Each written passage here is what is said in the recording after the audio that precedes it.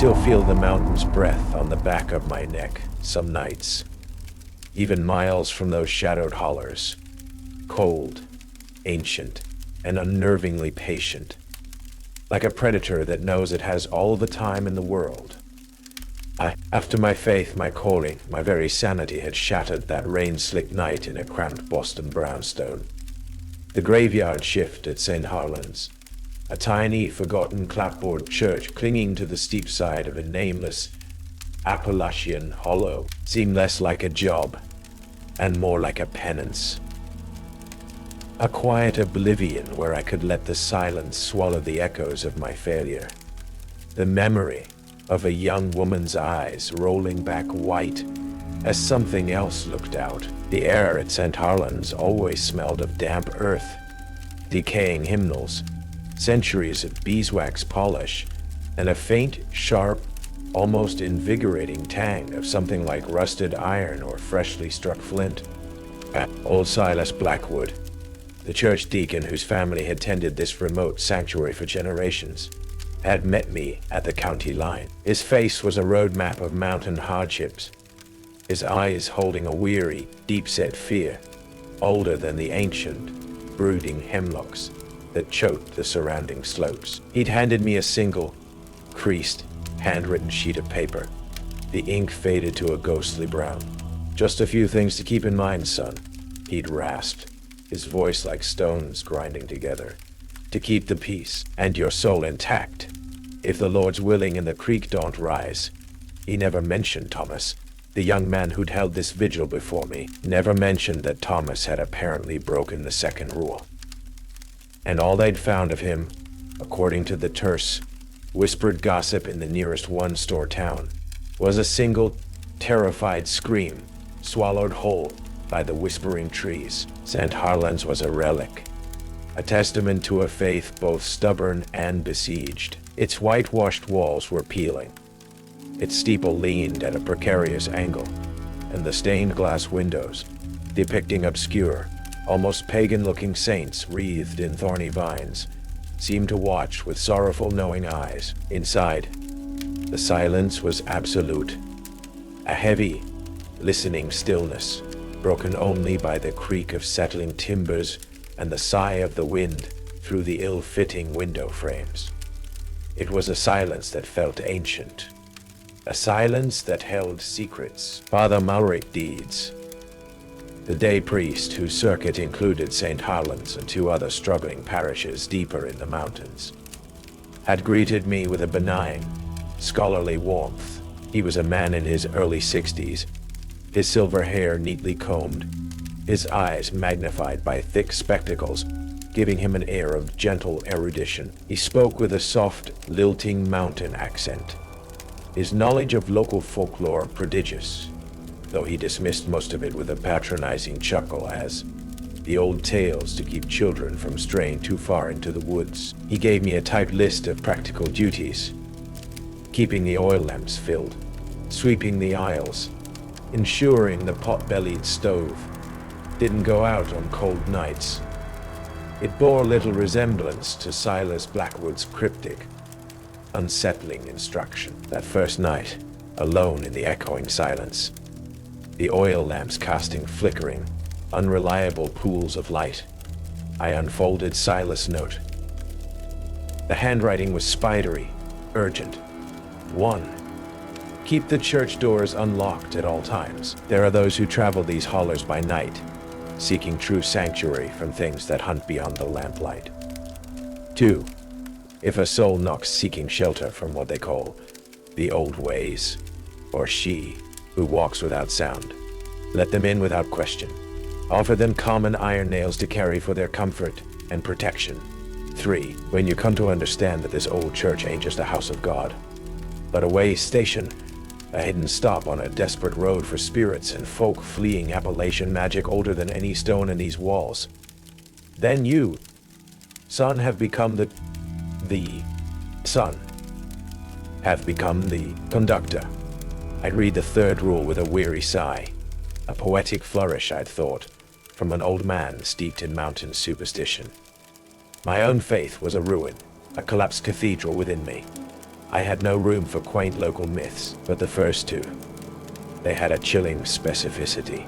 The Appalachian night closed in around St. Harlan's like a shroud. The wind, sighing through the ancient oaks and hickories that crowded the churchyard, sounded less like wind and more like a woman humming a low, sorrowful, almost unbearably mournful tune. Shadows in the corners of my vision seemed to deepen, to coalesce and then dissolve. I told myself it was fatigue, the play of lamplight, the profound isolation. But as I did my first round, checking the ancient brass-handled doors, I found it. A small, crudely braided circlet, no bigger than my palm, made of sharp black thorns and dried, blood-red berries laid carefully on the worn stone of the front step. It looked like a child's forgotten craft project, but the air around it was ice cold, and the intricate, vicious knotting spoke of a deliberate, unsettling artistry. It felt less like a gift and more like a claim. The braided coronet of thorns and berries vanished by morning, as if the pre-dawn mist had simply dissolved it. I tried to dismiss it, along with the mournful humming in the wind, and the feeling of unseen eyes watching from the impenetrable darkness of the surrounding holler. My days were spent in a dull routine of minor repairs, and trying to coax warmth from the ancient pot-bellied stove. Father Deeds would occasionally stop by, his presence a brief island of bland, scholarly normalcy in the encroaching strangeness. He'd ask about my nights, his gaze sharp behind his spectacles, but he'd wave away any hesitant mention I made of an odd sound or a strange feeling with a gentle, "The mountains play tricks on a lonely man, Luke. Best to keep your mind on the good book." But the nights belonged to Silas Blackwood's rules. It was on the third night, a moonless, starless abyss of a night, that Rule 1 was tested. I was in the small vestry, trying to decipher the faded script in an old parish register, when I heard it. A frantic scrabbling at the main church doors, followed by a choked sob. My heart leaped into my throat. The doors were unlocked, as per Blackwood's first rule. I hesitated. The memory of that Boston brownstone, of a door opened too readily, flashing in my mind. But the sheer desperation in the sound propelled me forward. A young woman, no more than 20, stumbled in when I pulled the heavy oak door open. She was caked in mud and leaf litter, her clothes torn, her eyes wide and wild, with a terror that went beyond any simple human fear. She clutched a small, tightly tied deerskin pouch to her chest.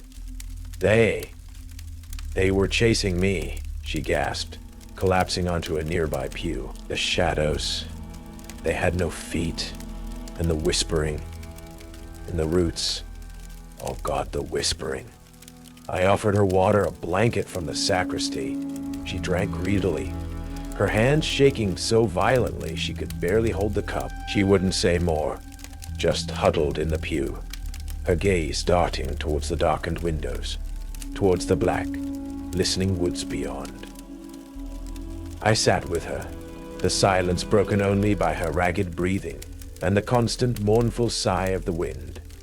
An hour before dawn, as the first hint of gray lightened the eastern sky, she stirred. She pressed a single, perfectly smooth, black river stone into my hand, whispered a thank you, and then, before I could ask more, she was gone, slipping out the door and disappearing into the receding darkness as silently as she had arrived. All that remained was the lingering scent of her fear, and that cold, smooth stone in my palm.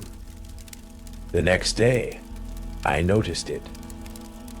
The old iron hinges on the vestry door, the nails in the floorboards near the altar. They were rusting, not just a faint bloom of orange, but a deep, angry corrosion, as if exposed to decades of damp in a matter of hours. Yet, the air around them felt cleaner, lighter. When I mentioned it to Father Deeds, he merely tutted about the mountain damp and the need for better upkeep.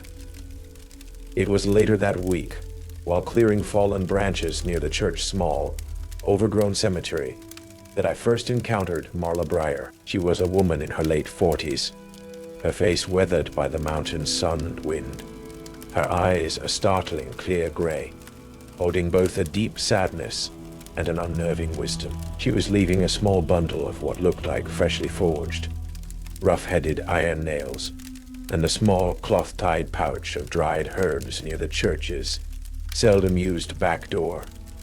She gave me a direct, appraising look. "You're the new caretaker, Luke Wella." It wasn't a question.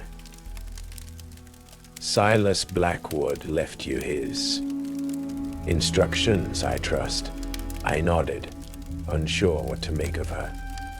"Good," she said, her voice low and resonant. "This place, it's a way station. Always has been, for those who need it." She gestured to the nails. "Iron helps, keeps things at bay. The old troubles of these hollers, they don't like it much."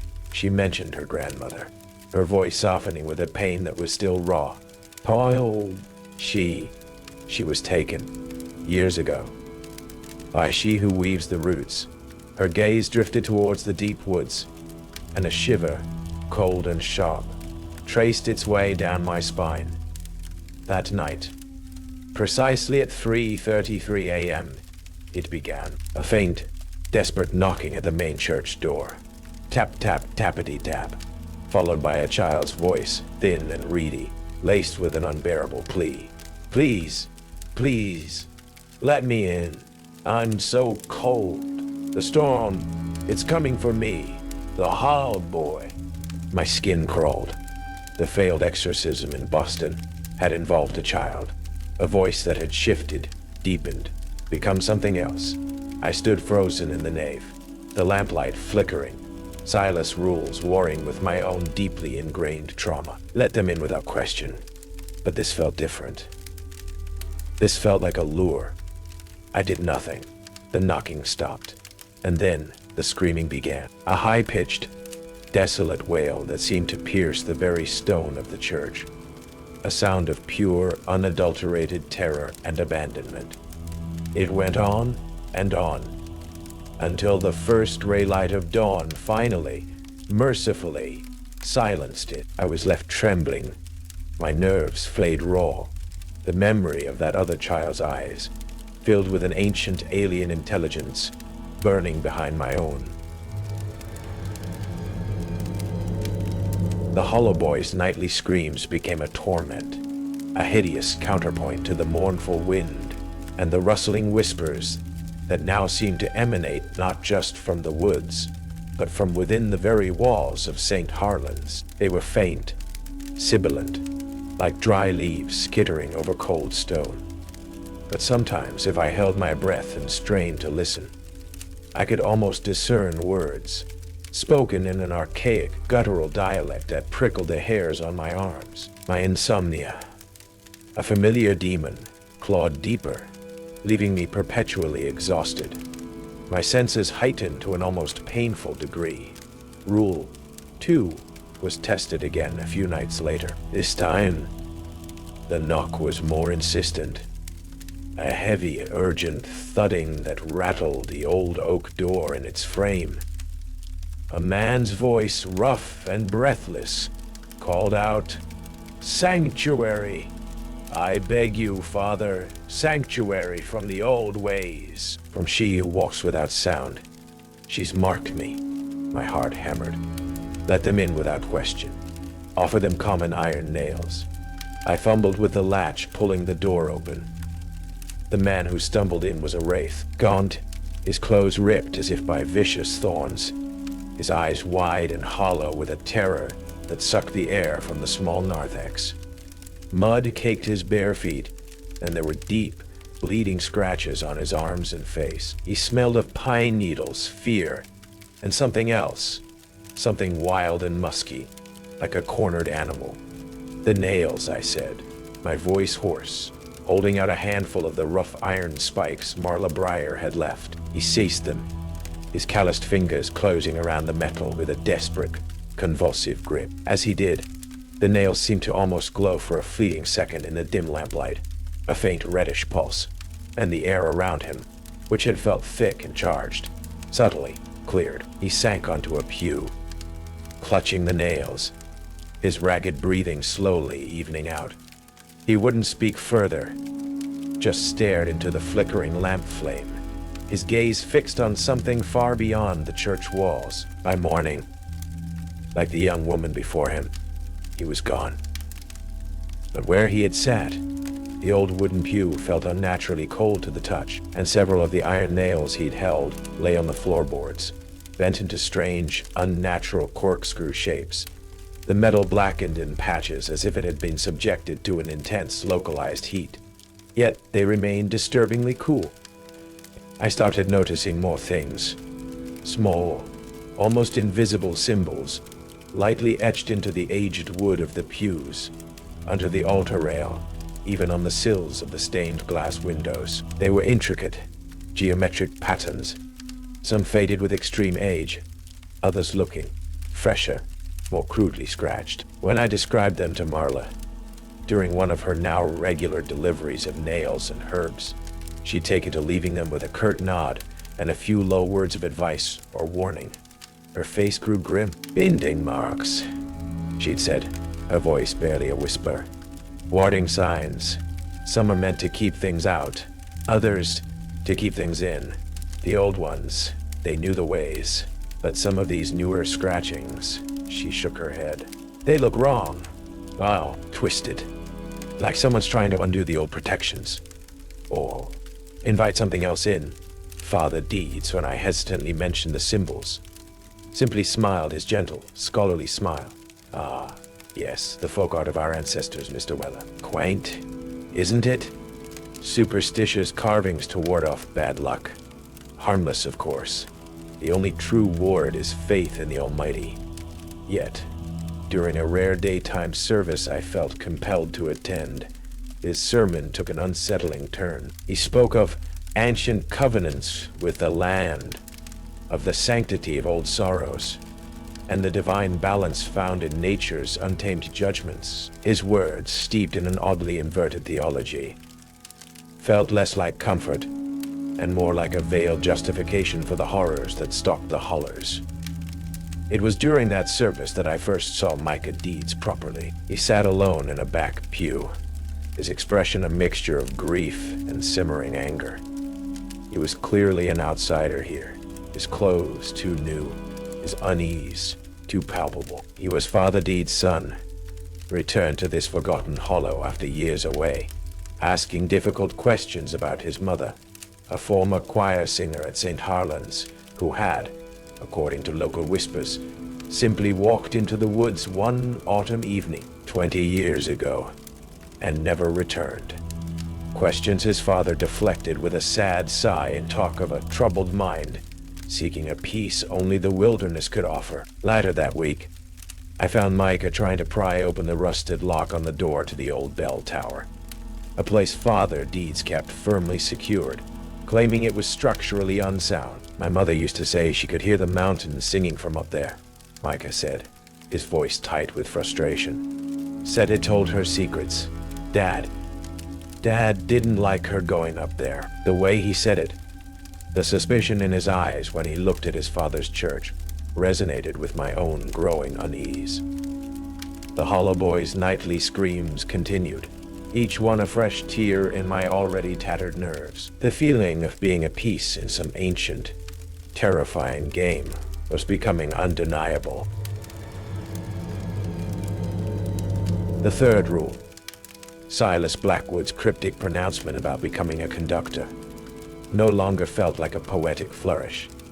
It was a stark, terrifying reality. The travelers came more frequently now, a desperate, haggard procession of souls fleeing the deep woods and the darker hollows. They were a tapestry of mountain sorrows, a young couple whose firstborn had been claimed by the thaw, a chilling euphemism for a child taken by something that stirred with the melting snows, an old man whose family had broken a blood pact with she who walks without sound generations ago, the curse now falling on him.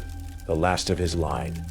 A woman who whispered of root magic that twisted minds and bound spirits to the unhallowed ground. They all carried an aura of profound ancient dread, and they all, without exception, found a desperate, almost pathetic comfort in the rough iron nails I offered. The church had become a sanctuary in truth, a fragile bastion against a tide of primal Appalachian horror. My discovery of Thomas's journal, hidden beneath a loose flagstone in the damp earth of the vestry floor, solidified my fears. His predecessor, the boy who had screamed and vanished. The leather-bound book was filled with cramped, increasingly frantic entries. He detailed the same travelers, the same haunting sounds, the same oppressive presence of the Holler Witch. He wrote of the rules, of his slow, dawning understanding of his role as conductor. But then, the entries took a darker turn. Thomas began to suspect Father Deeds. He wrote of the priest's unsettlingly calm demeanor in the face of escalating phenomena, of his sermons that seemed to subtly condone or even invite the darkness of backward blessings, muttered over the church thresholds, of protective herbs found mysteriously missing, of iron nails deliberately left to rust in rainwater. "He serves her," Thomas had scrawled in a shaky hand on the last page. "The shepherd feeds his flock to the wolf, Malabriar." Her face etched with a grim understanding when I shared passages from the journal, confirmed my worst fears. She spoke more of the Holler Witch, not as a mere folk tale, but as an ancient territorial entity, a spirit of the deep woods, intrinsically tied to the land, who wove curses like spider webs, ensnaring souls through broken pacts, bloodline debts, and forgotten transgressions. The braided noose of thorns and red thread, she explained, was the witch mark, a visible sign of a soul already claimed or imminently forfeit. "Father Deeds," Marla said, her voice barely above a whisper, her eyes darting towards the shadowed tree line. "He's always been too comfortable with the old tales, too respectful of the shadows. Some say his own mother dabbled. Perhaps he made a pact himself, long ago, for longevity, for power within these hills, or perhaps simply to be left alone by what he knows he cannot truly fight." I began to watch Father Deeds with new, suspicious eyes. I saw him late one afternoon when he thought himself alone, sprinkling a fine, dark powder, not incense, around the church foundations, his lips moving in a low, rhythmic chant that was no part of any Christian liturgy I knew. I saw him subtly rearrange the altar flowers, placing wilted, night-blooming blossoms amongst the fresh ones. Small things, easily dismissed, but in the context of Thomas's journal and Marla's warnings, they painted a chilling picture of insidious betrayal. The Hollow Boy's nightly visitation continued, his screams a metronome marking my descent into this waking nightmare. My guilt over the Boston incident, over the soul I had failed to save, was a raw, open wound, and the child's spectral cries were a constant, agonizing assault.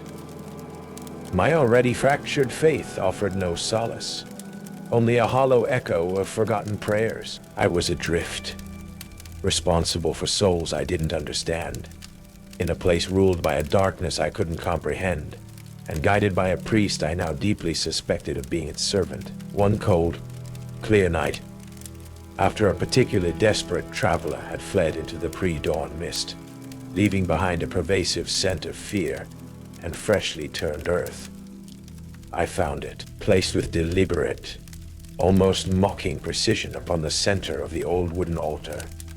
Directly beneath the heavy, antique crucifix was a small, intricately braided noose, fashioned from sharp black thorns, interwoven with a single vibrant strand of crimson thread, the Holler Witch sigil. It wasn't just a warning, it was a declaration, and it felt chillingly like a personal invitation.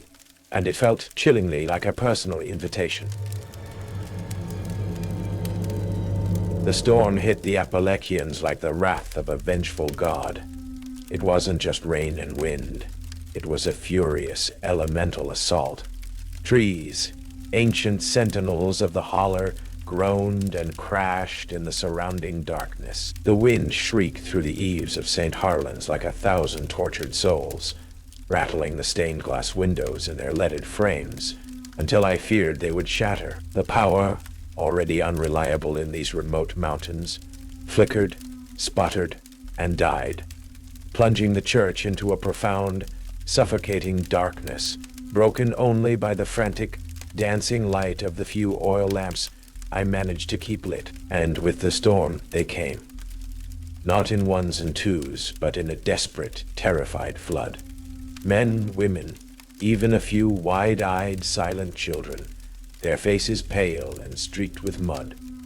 Their clothes soaked and torn, they stumbled through the unlocked doors of St. Harlan's, bringing with them the wild elemental fury of the night, and a terror so profound it was almost a physical presence in the frigid air.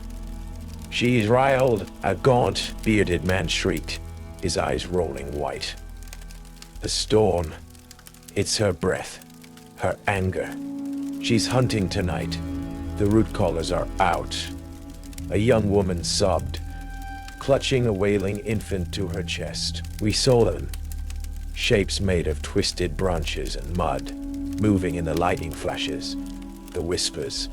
"They ain't just in the trees no more," another man gasped, collapsing onto a pew. "They're in our heads, calling us, promising things." The church nave, usually so empty and echoing, was now crowded with frightened, shivering souls. Their combined fear, a palpable miasma, and through the howling wind, through the crashing thunder, another sound began to weave its way into the cacophony. The Holler Witch song. It wasn't the mournful humming I'd grown accustomed to. This was different. Deeper, more resonant. Deeper, more resonant. A sorrowful, yet undeniably predatory melody that seemed to emanate from the very earth beneath us, from the storm-lashed sky above, calling to the darkness within each of them. And I feared within me braided nooses of thorn and crimson thread, larger and more crudely fashioned than the one I'd found on the altar, appeared as if by magic, hanging from the door handles, dangling from the rafters, stark and menacing in the flickering lamplight. It was amidst this chaos, this primal terror, that Micah Deeds stumbled in, his face a mask of horrified revelation. He wasn't seeking sanctuary. He was seeking his father. He clutched a slim, leather-bound diary to his chest, its pages water-stained and warped. His mother's. "Father!" Micah's voice, raw with anguish and accusation, cut through the din. He found Father Deeds near the altar, not ministering to the terrified flock, but standing with an unnerving, almost ecstatic calm, his eyes fixed on the large central stained glass window, depicting the archangel Michael casting down Lucifer, a window that now seemed to writhe with unnatural shadowy movement. "Micah, my son," Father Deeds said, his voice a low, resonant hum that barely carried above the storm, yet held a terrifying authority. "You should not be here. This night is sacred. Sacred." Micah's laugh was a harsh, broken thing. "I found her journal, Father. Mother's journal, hidden in the old hymnal cabinet. She wrote everything. About you. About her. About the pact you made." Father Deeds' benevolent facade finally, irrevocably, shattered. His gentle, scholarly eyes hardened, an ancient cold cunning glinting within them. "Your mother was chosen, Micah, as are these." He gestured to the cowering travelers. "The Holler Witch is not an evil to be fought. She is a fundamental truth of these mountains, a balance, a judgment. This church, St. Harlan's, it was never meant to be a true sanctuary from her. It is a sorting house, a place where the tithe is gathered, where those marked, those who carry the old debts and the broken covenants, are brought to her attention. His voice dropped to a conspiratorial whisper, filled with a terrifying, zealous conviction. She offers peace, Micah. An end to their struggles. A return to the embrace of the deep earth. And for her servants, for those who understand her ancient wisdom, she offers much. He smiled, a thin, bloodless stretching of his lips. Longevity, visions. A place of honor when the old ways fully return to these hills. He admitted it all, his subtle alterations to the church's protective rites, the spreading of specific powders that weakened the wards, the backward blessings that soured the sacred ground, the way he'd subtly guided some lost souls not towards salvation, but towards salvation. The witch's nearest hunting grounds. Thomas had been right. The shepherd was indeed feeding his flock to the wolf. As if summoned by his confession, the Holler Witch presence intensified.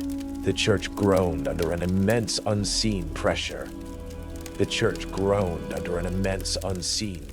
Shadowy tendrils, looking like animated roots and thorny vines, began to snake through cracks in the floorboards, under the ill-fitting doors, trying to force their way in. The stained glass windows, those sorrowful saints, began to weep, a thick, black, viscous ichor, their painted faces distorting into leering, malevolent grins. The air grew frigid, and the scent of damp earth, decaying leaves, and something else, something cloyingly sweet and corrupt, filled the nave. Father Deeds moved then, with a speed and purpose that belied his age. He strode towards a small, seldom-used door behind the altar, a door that, according to Thomas's journal, led to an old root cellar, a place where the earth was thin, a place said to be a direct conduit to the witch domain. "The time for sorting is at hand," he declared, his voice ringing with mad triumph. "The conductor will deliver his passengers." Luke knew, with a certainty that chilled him to the marrow, that Father Deeds wasn't talking about him. He was talking about himself. He was about to betray them all. Marla Breyer, who had arrived just as the storm had broken, seeking shelter and to offer what aid she could, stepped forward, a bundle of iron nails clutched in one hand, a sprig of dried rowan in the other. "Not tonight, Malric," she said, her voice low and steady despite the fear that tightened her face. "Not while I still draw breath." The battle for St. Harlan's, for the souls huddled within its groaning walls, had truly begun. And as Luke looked at his own reflection in a sliver of unbroken ichor-streaked glass from a shattered window pane, he saw not his own terrified face, but a gaunt, hollow-eyed figure, its skin like bark, its eyes burning with a cold green light, already bound in a delicate, almost beautiful tracery of thorns. The witch was marking him too.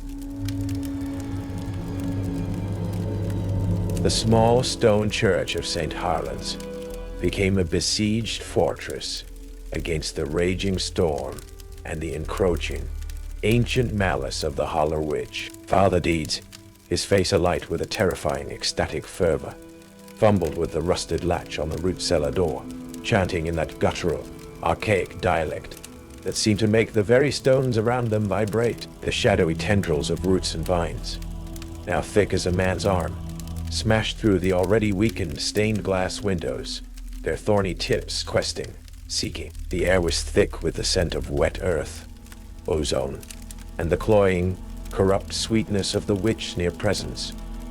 "She calls them home, Marla," Deeds shrieked above the storm's roar, his eyes fixed on the herbalist. "To the deep peace of the soil. You cannot deny her tithe. This ain't peace you're offering, Malric." Marla shot back, her voice tight but unwavering. She moved with a desperate grace, shoving iron nails into the hands of the whimpering travelers, pressing pouches of dried herbs, rowan, salt, and something that smelled sharply of pine and blood, into their grasp. It's damnation. And this church is still a house of God, no matter how you've tried to sour it.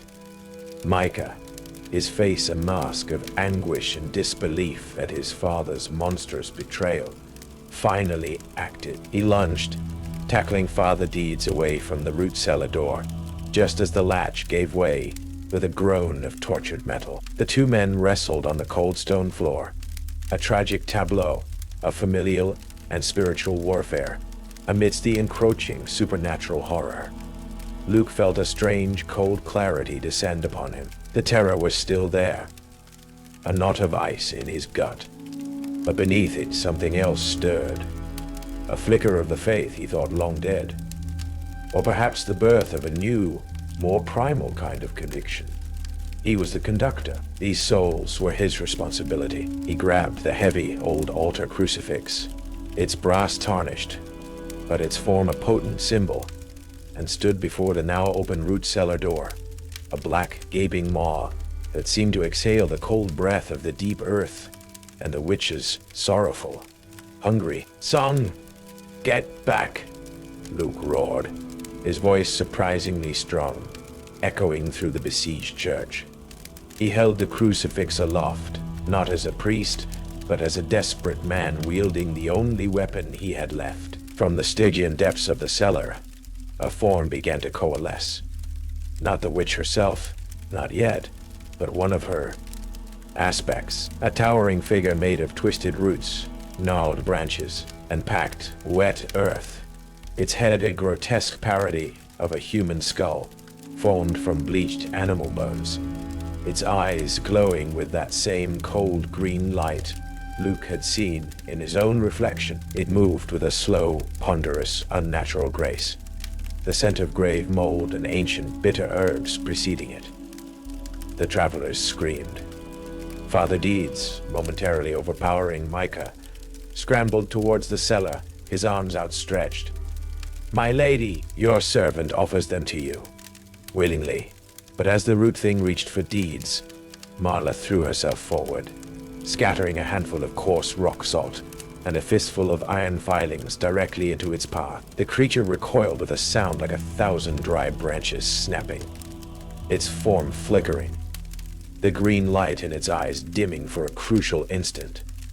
"Luke!" "The journal," Marla cried, stumbling back, her face pale but resolute. "Thomas." He wrote of a last resort, the binding of the bells. It needs a true heart. The binding of the bells. Luke remembered the frantic, almost illegible scrawl in Thomas's journal. A dangerous forgotten rite, said to use the consecrated sound of the church bell, amplified by faith and sacrifice, to drive back the shadows, to reinforce the sanctuary's spiritual boundaries. But it required unwavering conviction, and Thomas had hinted a price. There was no time for doubt. Luke thrust the crucifix into Micah's hands. "Hold this door. Don't let him or that thing through." He then raced towards the bell tower rope, which hung, thick and frayed, near the narthex. The hollow boy's screams outside, if possible, had grown even more piercing, more desperate, as if sensing the shift in the spiritual battle. As Luke grasped the rope, Father Deeds, free of Micah once more, lunged at him, his face a mask of pure, murderous rage. "You will not interfere," she promised me. The silence of the roots. But before Deeds could reach him, Marla intervened again. She held aloft a small, intricately carved wooden effigy, something she'd pulled from her herbalist's bag. It looked ancient, almost totemistic. As she began to chant in a low, rapid dialect, the effigy began to smoke, then glow with an intense blue light. She pressed it against Father Deeds' chest. The priest screamed, a sound that was no longer human, as the blue light enveloped him. His form flickered, and for a horrifying moment, Luke saw not Deeds, but a gaunt, skeletal figure wreathed in thorny vines, its eyes burning with the witch's cold, green fire. Then, with a final agonized shriek, Father Deeds collapsed, the effigy crumbling to ash in Marla's hand. She swayed, a trickle of blood leaking from her nose, her breath coming in ragged gasps. The old ways. Cut both ways, Malric, she whispered, her strength failing. Luke didn't hesitate. He pulled on the bell rope with all his might. The ancient bell of St. Harlan's, silent for perhaps decades, groaned, then let out a single, clear, resonant peal that cut through the storm's fury like a sword of sound. As the note reverberated, Luke poured every ounce of his shattered, reforming faith, every memory of his initial calling, every desperate prayer for the souls cowering in the nave, into that sound. He pulled again, and again, the bell's voice growing stronger, purer, imbued with a desperate, defiant sanctity. The root thing in the cellar shrieked, a sound like tortured wood and dying animals, and recoiled from the open doorway as if struck by a physical blow. The shadowy tendrils lashing through the windows withered and pulled back. The ichor on the glass seemed to steam and fade. The very air in the church felt lighter, cleaner, the oppressive presence of the Holler Witch receding, her sorrowful song dimming, though not entirely vanishing, into the receding howl of the storm. As dawn approached, fragile and gray, the storm finally broke. The last peal of the bell faded into an exhausted silence. The church, battered and scarred, still stood. The aftermath was a landscape of devastation, both physical and spiritual. Father Malric Deeds lay still on the cold stone floor, his features peaceful, but his body unnaturally cold, a faint scent of damp earth and bitter herbs clinging to him. Whether Marla's totem had merely incapacitated him, or driven out the witch's influence, or something more permanent, Luke couldn't say. Mika sat beside his father, his face a ruin of grief and a terrible dawning understanding of the true cost of the old ways. Marla was weak, but alive, the effort of her counter-ritual having taken a severe toll. She had, in her own way, paid a price for sanctuary. The travelers, huddled together, were traumatized, but, for the moment, safe. As the weak morning sun filtered through the shattered ichor-stained windows, they began to stir, their faces etched with the night's horrors, but also with a dawning, fragile hope. The authorities, when they were finally able to reach the isolated holidays later after the roads were cleared, found a scene they couldn't possibly comprehend. A church ravaged by a storm, a catatonic priest, a collection of incoherent, terrified witnesses speaking of shadows and root things. The official report would speak of a freak weather event, of mass hysteria induced by isolation and fear. Father Deeds was quietly committed to a state institution.